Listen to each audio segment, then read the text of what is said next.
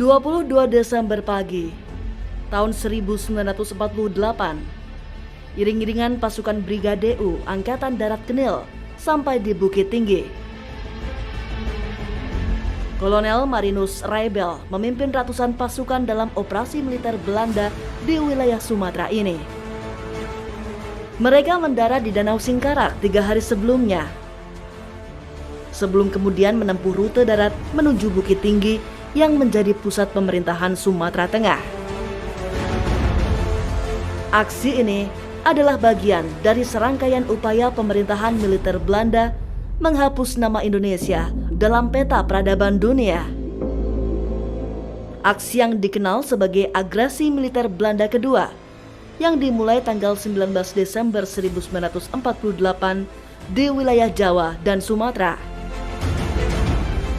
Belanda meyakini tindakan mereka akan menghabisi sisa-sisa kekuatan Republik bekas jajahan yang dengan berani menyatakan kemerdekaan. Peristiwa itu menjadi awal dari satu periode penting dalam sejarah bangsa. Kisah pemerintah Indonesia yang terlunta di tengah belantara Sumatera. Pemerintahan yang sah yang harus berpindah-pindah untuk mempertahankan eksistensi, untuk terus menunjukkan pada dunia bahwa Indonesia masih ada, masih tegak berdiri melawan penjajahan dengan semboyan merdeka atau mati.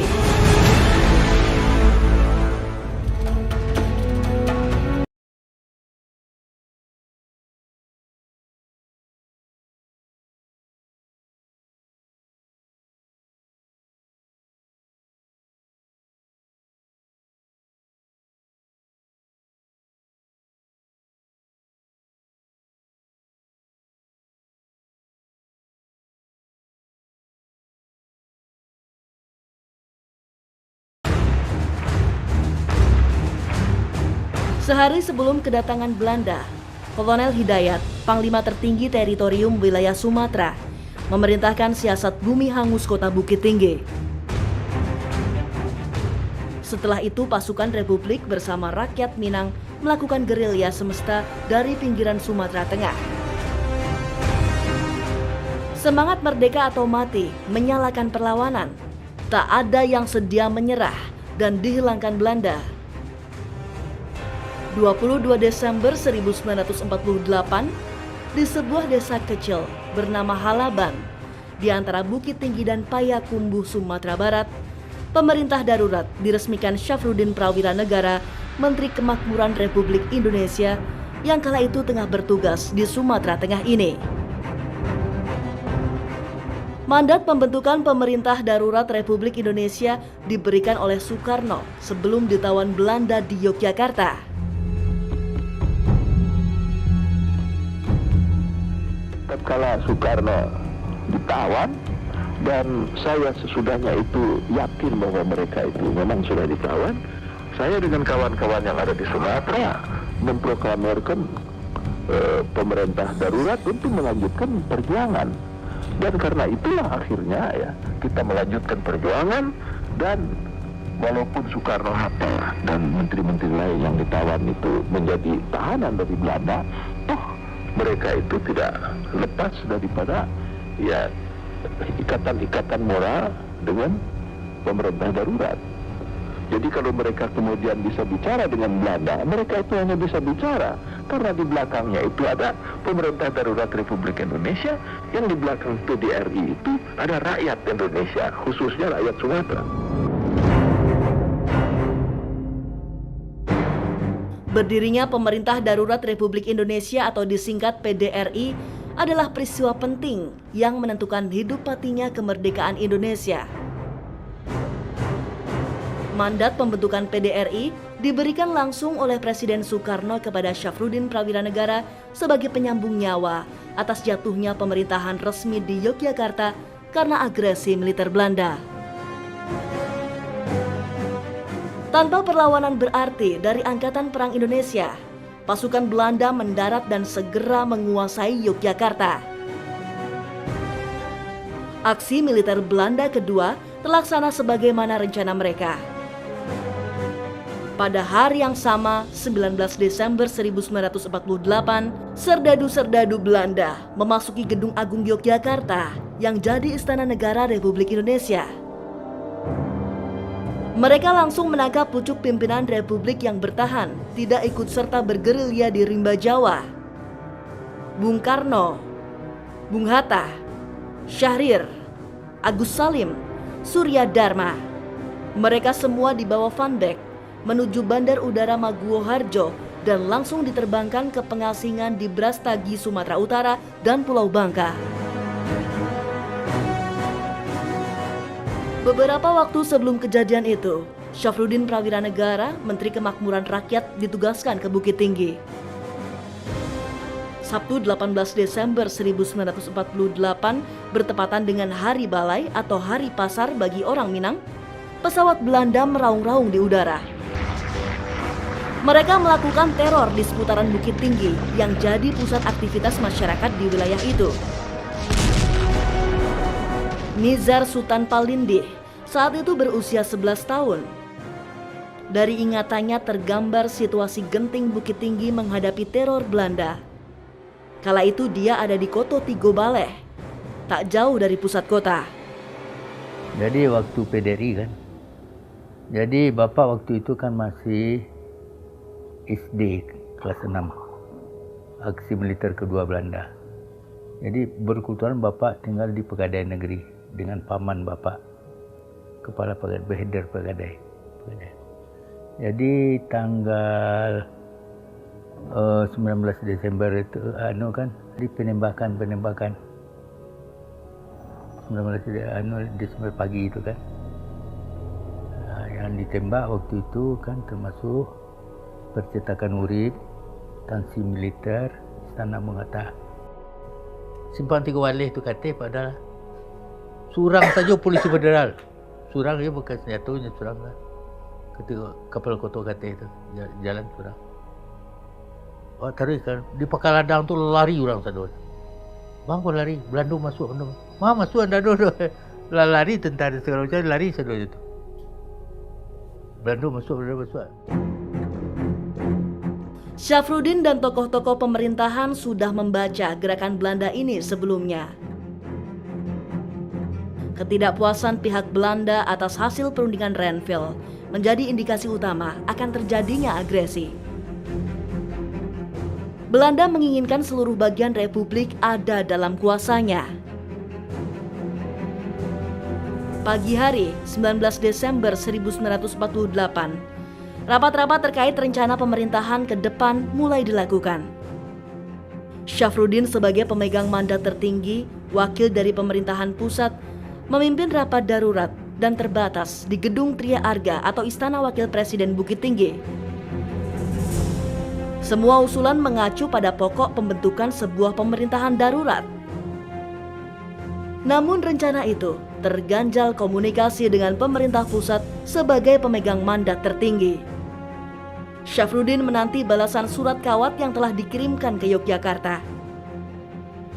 Namun tak pernah ada jawaban untuk surat kawat di masa gawat itu. Soekarno, Hatta, dan petinggi pemerintah lainnya telah lebih dulu ditawan Belanda. Dukungan dari berbagai pihak atas pembentukan pemerintah darurat kian menguat. Hal ini semakin meyakinkan Syafruddin untuk mengumumkan berdirinya pemerintah darurat Republik Indonesia. Sehari setelahnya, arus migrasi mulai terjadi. Rakyat berbondong-bondong meninggalkan Bukit Tinggi. Mereka mengungsi keluar pusat kota.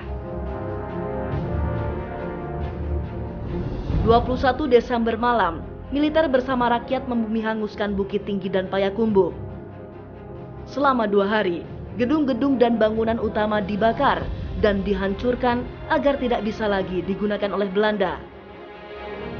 Bersamaan dengan terjadinya bumi hangus kota, tokoh-tokoh Republik meninggalkan Bukit Tinggi. Para pemimpin politik menuju sebuah desa di timur Payakumbuh, Halaban. Petinggi militer sibuk berkoordinasi membentuk pusat pemerintahan militer di Nagari Koto Tinggi. sedangkan Panglima Tertinggi Teritorium Sumatera bermarkas di perbatasan Sumatera Utara dan Aceh.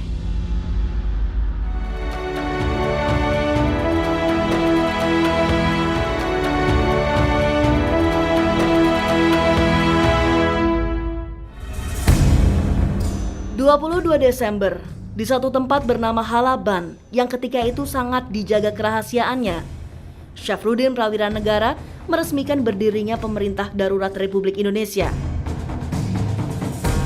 Beberapa nama ditetapkan sebagai menteri dari Kabinet PDRI ini. Untuk memudahkan koordinasi, beberapa jabatan dirangkap oleh nama-nama yang sama. Syafruddin Prawira Negara menjabat sebagai Ketua PDRI yang mencakup wilayah Sumatera dan Jawa. Tokoh lain yang kerap disebut adalah wakilnya, Teuku Muhammad Hasan, yang merangkap sebagai Menteri Dalam Negeri, Pendidikan, Kebudayaan, dan Menteri Agama. Selain itu ada pula Sultan Muhammad Rashid, Gubernur Militer Sumatera Tengah yang memimpin kekuasaan militer dan sipil di Sumatera Tengah, mencakup wilayah Sumatera Barat, Jambi, Riau, sampai Aceh. Pertama, seperti yang kita sering dengar, dia kan pemerintahan yang bergerak, ya. Kita nggak bisa katakan sebuah pemerintahan yang utuh dia. Kita hanya tahu, ya, seperti kata buku Pak Mestika, almarhum Mestika Z, ya, pemerintahan dalam hutan rimba, ya. Nggak tahu di mana bentuk pemerintahannya ini. Dan gambaran yang kita tahu, Pak Syafruddin Prawira Negara sebagai wakil dari pemerintahan pusat, kita anggaplah itu sebagai negaranya dari PDRI, itu berpusat di Bidar Alam di Solok Selatan dia, sedangkan Sultan Muhammad Rashid sebagai wakil pemerintahan daerah ada di 50 kota dia. Jadi kalau kita anggap PDRI-nya sebagai negara, ibu kotanya itu adalah Bidar Alam, presidennya atau ketuanya adalah Sultan Muhammad Rashid, kita anggap itu, dan daerahnya atau provinsinya diketuai atau gubernurnya adalah Muhammad Rashid, ada di Bukit Tinggi. Dan kontak serta komunikasi dengan mereka sangat intens. Hampir semua yang akan dijalankan oleh pemerintah daerah lapor pada Syafruddin Prawira Negara, dan apa yang akan ditentukan oleh Syafruddin Prawira Negara juga dikatakan dan diinformasikan pada Sultan Muhammad Rashid. Dan untuk urusan keluar ke Jawa, ke luar negeri sebagainya, Sultan Muhammad Rashid yang menjalankan. Sejak saat itulah, gerilya semesta lintas tengah Sumatera dimulai. Syafruddin, Teuku Muhammad Hasan, dan tokoh politik lainnya menuju ke selatan Sumatera Tengah dan selalu berpindah. Sementara Sultan Muhammad Rashid mempersiapkan pusat pemerintahan militer di Nagari Koto Tinggi.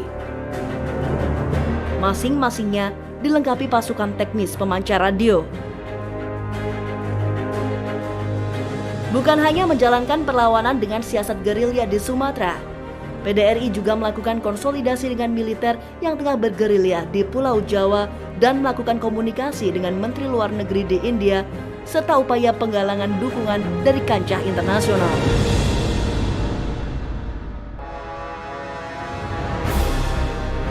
Sungai Dareh adalah sebuah nagari yang kini menjadi bagian dari wilayah Kabupaten Dharmasraya, Provinsi Sumatera Barat. Nagari Sungai Dareh ada di bantaran Sungai Batanghari. Masyarakat setempat menyebutnya sebagai Sungai Dareh atau sungai yang deras untuk menggambarkan Batanghari yang begitu luas dan berarus besar kala itu. Di tempat ini, pada penghujung tahun 1948, Syafruddin Prawira Negara dan Sultan Muhammad Hasan bersama pasukan BKN dan teknisi radio singgah sekitar 4 hari lamanya. Cerita yang saya coba gali dari masyarakat selama penelusuran jejak PDRI di Sungai Dareh, ini dulunya bangunan punya pemerintah, tapi sengaja didirikan tidak begitu jauh dari pelayangan. Pelayangan itu seperti dermaga, lebih kurang dermaga ponton. Karena masyarakat dulunya dari arah Sijunjung mau menuju ke Jambi itu harus melewati Sungai Batanghari. Zaman itu belum ada jembatan, tapi ada ponton, artinya melewati ponton. Nah, sesampainya di seberang, di pelayangan, ada yang namanya Pasanggerahan, lebih kurang pasangkan itu ya seperti persinggahan atau mes. Jadi diperuntukkan orang-orang yang nyebrang atau bermalam dulu di sini. Nah, bangunan itu yang kemudian disepakati masyarakat Sungai Dare waktu itu untuk menjadi tempat penginapan Pak Saf dan rombongan selama berada di Sungai Dare. Angku Mudo Muhammad Toib, warga asli Sungai Dare, adalah saksi hidup keberadaan PDRI di tempat ini. Dia bersama masyarakat setempat melayani segala kebutuhan pasukan PDRI selama singgah di Sungai Dare. Jadi Pak Saf tidak ada pidato ya di lapangan terbuka ya? Enggak. Tapi Pak waktu tahu mayang Pak Saf? Dan tak tahu. Memang dulu tuh penampilannya Pak Syaf itu kalau misalnya lagi di tengah hutan terus mampir di persinggahannya warga itu kayak gimana tuh Pak? Ini memang kan tidak banyaknya orang buku-buku kan tidak banyak kan takut juga. Tapi yang perintah Belanda tuh. Gayanya dia berpakaian apa gitu? Oh, tidak pakaian tentara, tidak pakaian apapun ada. Semula dia capuk kok, dia tengku macam terus ketok tanggung tu bakul tali tiba ada bentuk pemimpin lagi apa mohon nampak ada. Dia dikawal ketat ya sama Ya. BNK Ya. atau laskar lain. Ya, awal Siapa yang mengawal Pak? dia kami tu mengawal togak dia pakai senjata tak doi. Kami kan tak punya senjata. Pakai senjata yang mengawal mereka? Yang di pengawalnya lain senjata. Oh, selalu dikawal kemana-mana ya? Ya. Artinya masyarakat biasa nggak bisa dekat sama dia? Nah, Dekat. dekat. Di Tunggeran tu ya kami yang dekat, mana pimpin agak capur baru dekat.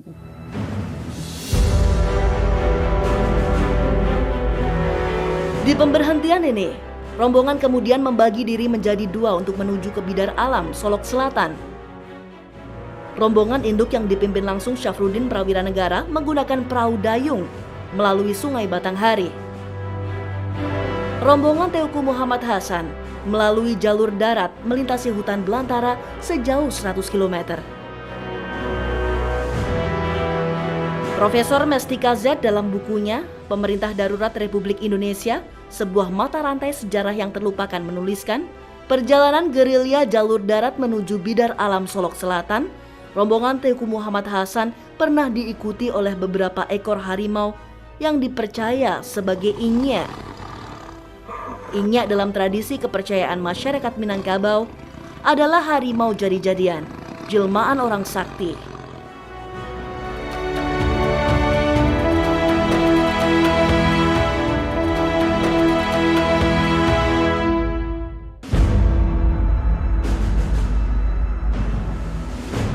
Inyek yang ditemui Teuku Muhammad Hasan ini diyakini berasal dari perguruan Silat Pingian.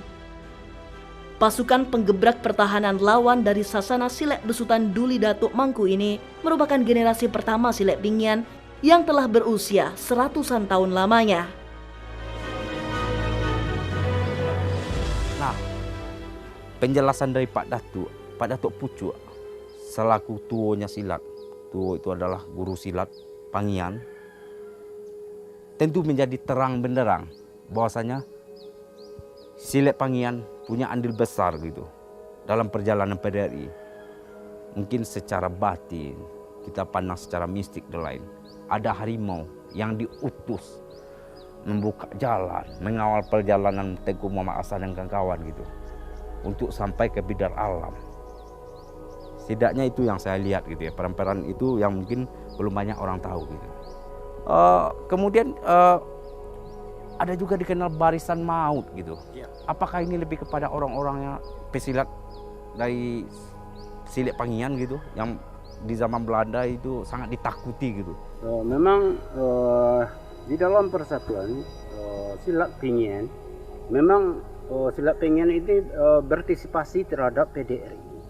Sewaktu Pak Syafruddin Prawira Negara datang ke Sungai Dare, berkunjung lebih kurang 4 hari dan mengadakan dialog dengan masyarakat Sungai Dare, bahwa beliau itu diburu oleh Belanda itu bukanlah seperti berburu batu, tetapi beliau adalah tujuannya beliau adalah untuk membebaskan penjajahan Belanda di seluruh Indonesia, khususnya Sungai Dare. Sehingga beliau bertatap muka dengan masyarakat di Sungai Dare. Kemudian beliau menuju Badar Alam, berangkat dan dikawal oleh harimau. Memang di Sungai Dare ini Silat Pengien itu ada janji dengan harimau itu sendiri, karena waktu dulu Silat Pengien itu, guru Silat Pengien itu berasal dari Syekh Kukut yang harimau yang berasal dari harimau. Jadi mulai semenjak negari Sungai Dare ini dihuni sampai sekarang belum ada masyarakat, baik itu masyarakat asli maupun masyarakat pendatang, belum ada dimakan harimau. Tetapi harimau itu adalah untuk penyelamat masyarakat ini yang masuk ke hutan. Kalau kita kesasaran, harimau itulah yang menjadi petunjuk di dalam hutan itu. Kemana jalan keluar kita, harimau lah yang menunjukkan jalannya. Apalagi seperti Pak Safrudin, beliau adalah tokoh pahlawan nasional. Beliau sangat jauh perjalanan beliau dari Sungai Dare menuju Badar Alam itu lebih kurang 100 km. Itu sangat jauh, jalan satu tapak.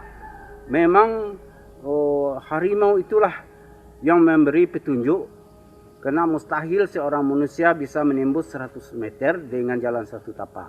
Tetapi harimau itulah yang memberi petunjuk dari Sungai Dare ke Badar Alam. Kepercayaan dan dukungan rakyat semacam ini menjadi penyokong utama kekuatan PDRI. Belanda bisa saja menjatuhkan pemerintahan republik secara politik dan militer formal, termasuk menguasai kota-kota besar. Namun perjuangan rakyat semesta di seluruh penjuru Nusantara tak pernah bisa dipadamkan.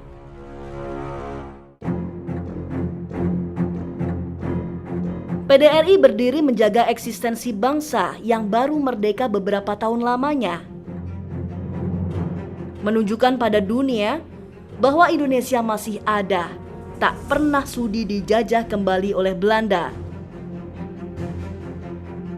Belanda tentu saja tidak tinggal diam. Pasukan-pasukan mereka disebar ke berbagai wilayah di Sumatera untuk menghancurkan PDRI. Ketika para pemimpin politik bergerilya dan berpindah-pindah tempat, pemerintah militer Sumatera Tengah yang dipimpin oleh Sultan Muhammad Rashid menetap di Koto Tinggi sejak akhir Desember 1948. Dari situasi yang demikian ini, PDRI kemudian mengubah tatanan administrasi pemerintahan menjadi militer seutuhnya. Oh, memang benar. Iya, karena apa? Sistem Sultan Mu'arras itu kan gubernur militer namanya, Mbak, pada masa itu. Dan kita ketahui ya, semuanya masa itu kan dimiliterkan. Gubernur militer, bupati militer, camat militer, semuanya dimiliterkan. Jadi memang benar apa yang Mbak katakan tadi, ada sinergisitas ya antara sipil dengan militer pada masa itu. Dan penamaan jabatan pada masa itu menunjukkan bagaimana sipil itu dimiliterkan dan militer pun disipilkan.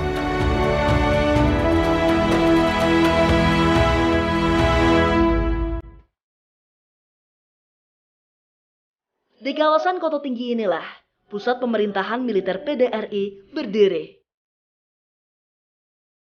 8 bulan lamanya pusat pemerintahan PDRI bertahan dari pencarian dan gempuran Belanda.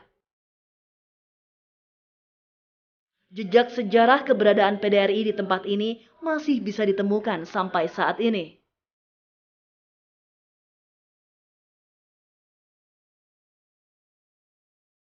Belum.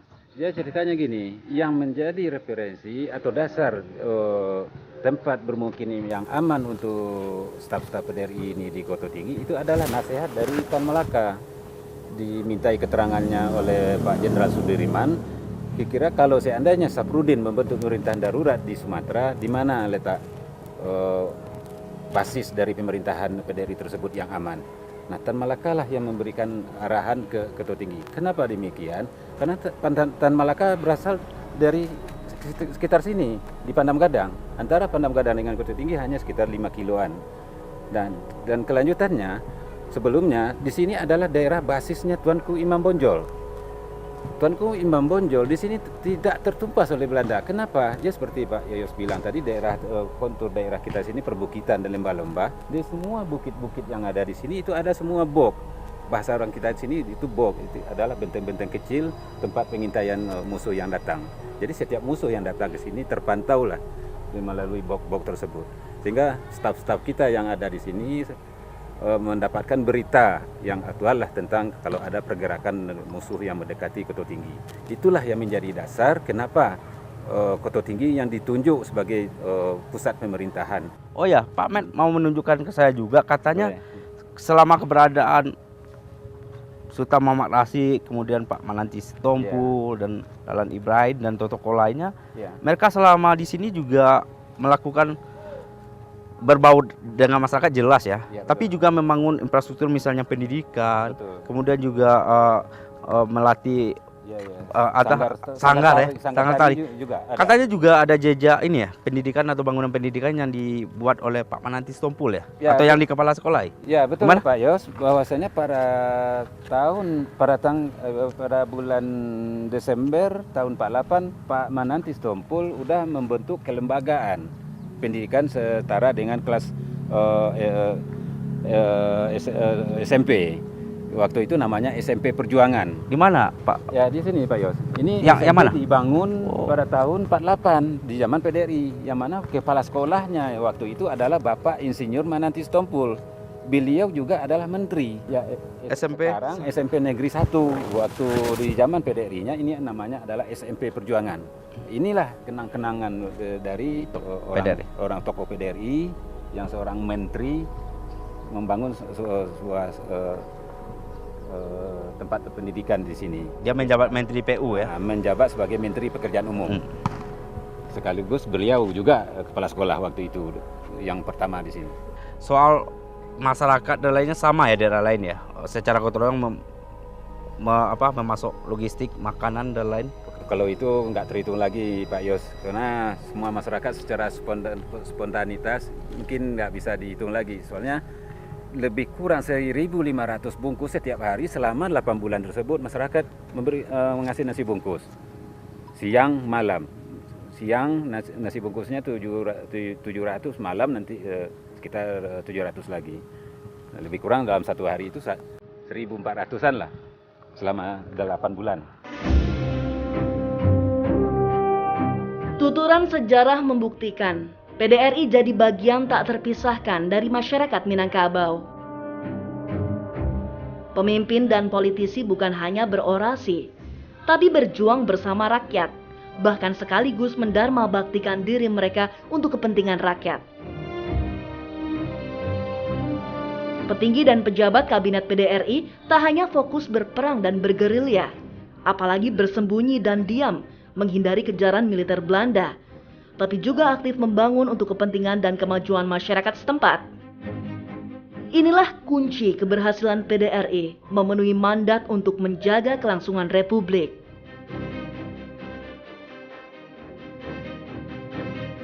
Kalau ada beberapa hal ya, ketika negara darurat ketika negara darurat itu memang semua warga negara memang mesti membela negara, diminta atau enggak ya, sampai tondak permintaan itu kita membela dan dukung itu total ya. Dan saya lihat juga ya, yang saya catat ya, pemimpin sekali lagi saya katakan itu mau ya menyadari bahwa itu dia menjadi pemimpin karena ada yang dipimpinnya dan tetap menjaga hubungan dengan yang dipimpinnya itu. Dan yang dipimpinnya itu pun seperti Aceh, seperti Muhammad Rashid atau seperti Sudirman itu juga menjaga dengan ke bawahnya. Kalau kita lihat petanya, sketsanya ada sini, ada ke sini, hubungan dengan bawahannya, ini pun juga hubungan dengan, jadi hubungan antara pemimpin dengan yang dipimpin, yang dipimpin di tingkat kedua juga dengan yang berikutnya.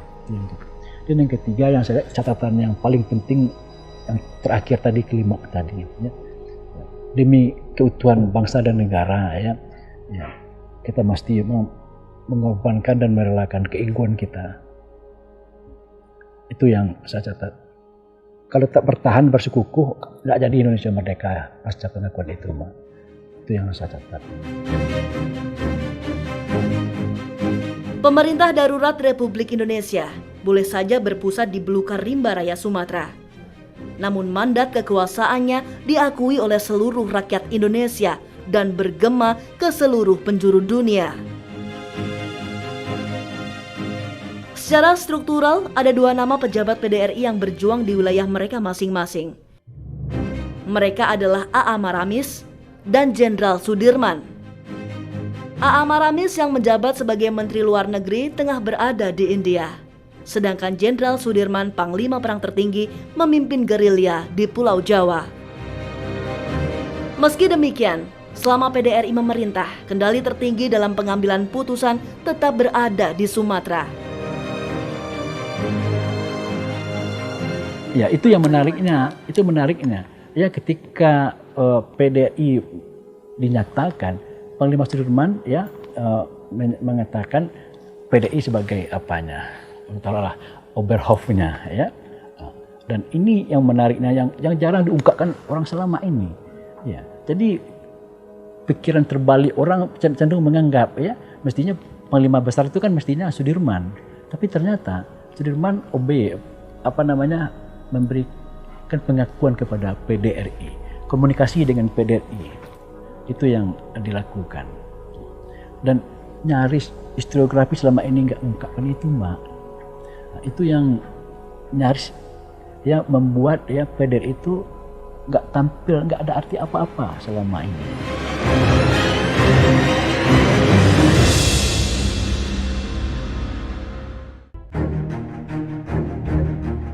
Politik dan militer bisa saja jadi penanda utama kendali PDRI atas kelangsungan Republik. Demikian juga dengan strategi gerilya semesta dari seluruh rakyat Indonesia. Namun peran teknologi tetap tidak bisa dilupakan, yakni sender radio atau pemancar radio. Radio sebagai sarana komunikasi jadi mata rantai penting perjuangan PDRI. Para teknisi pemancar radio, Sidik Tamimi dan kawan-kawan aktif membangun jalur komunikasi.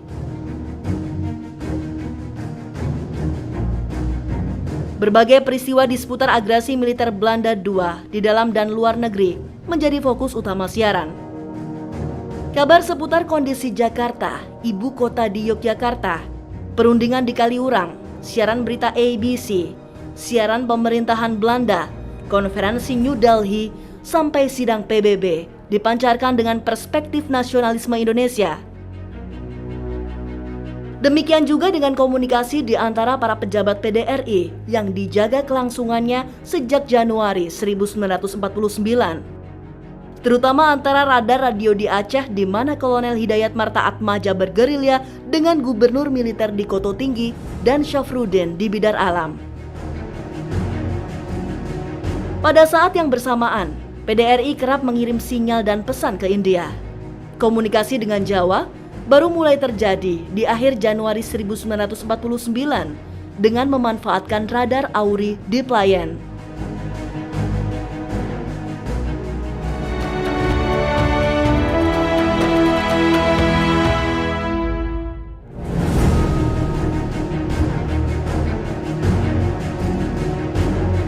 Jalur komunikasi dengan Jawa semakin intensif selama bulan Februari.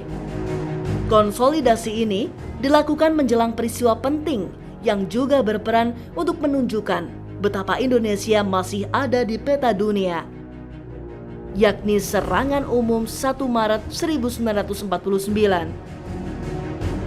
Serangan umum 1 Maret atau dikenal juga dengan peristiwa 6 jam di Jogja terpancar luas ke seluruh penjuru dunia.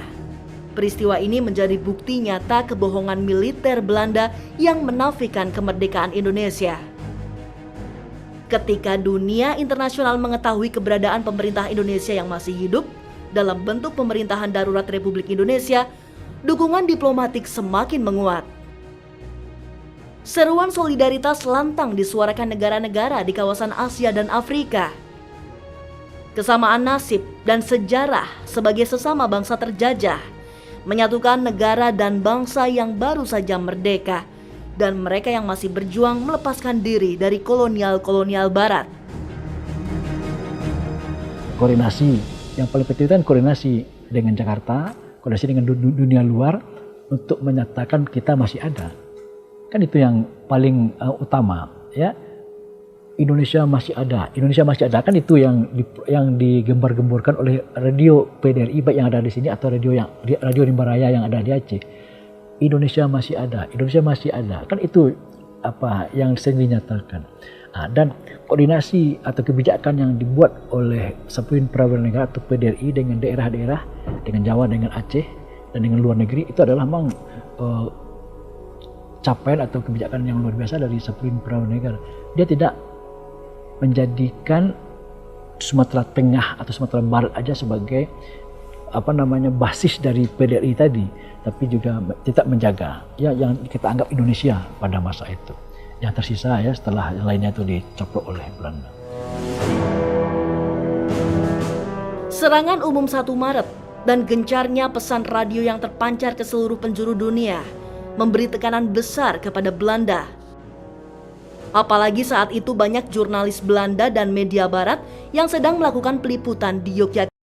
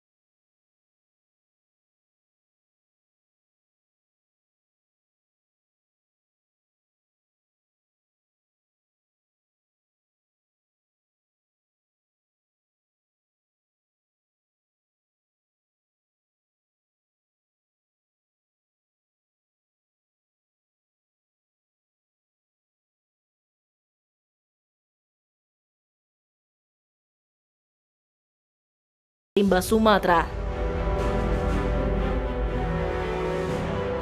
Inilah potret bersejarah pertemuan pertama Syafruddin Prawira Negara dan Jenderal Sudirman sejak masing-masingnya bergerilya di belantara Sumatera dan Jawa.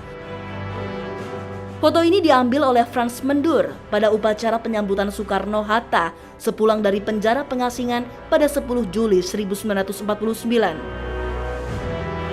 3 hari setelahnya, Kabinet Darurat PDRI melalui Syafruddin menyerahkan mandat kuasa sepenuhnya kepada Soekarno dan Hatta. Peristiwa ini menandai selesainya tugas dan perjuangan yang telah diamanatkan kepada PDRI. PDRI telah kembali menjadi RI. Seandainya ya, kita bisa katakan dan berkata seandainya PDRI tidak ada, ya Indonesia memang udah nggak ada lagi. Karena apa? Pengganyangan dan agresi yang dilakukan oleh Belanda, ya, terutama pada agresi militer Belanda kedua itu bisa kita katakan membuat Indonesia habis. Ibu kota negara telah ditaklukkan, pemimpin udah ditawan, ya. Dan kita Indonesia pada masa itu udah seperti kehilangan induk. Muncullah PDRI. Jadi dia adalah penyelamat bangsa. Dia adalah mata rantai yang menyelamatkan bangsa, dan PDRI adalah penyelamat bangsa, penyelamat NE. Itulah signifikansinya dan pentingnya keberadaan PDRI dalam sejarah Republik ini. Meski dibentuk dalam suasana gawat dan diberi nama darurat, PDRI tegak berdiri selama hampir 8 bulan. Dari pedalaman rimba Sumatera, PDRI telah memenuhi dharma bakti, membela dan menjaga nyawa Republik ini. Lebih dari itu, PDRI bahkan mampu memimpin gerilya semesta yang membuka mata dunia atas eksistensi kemerdekaan Indonesia.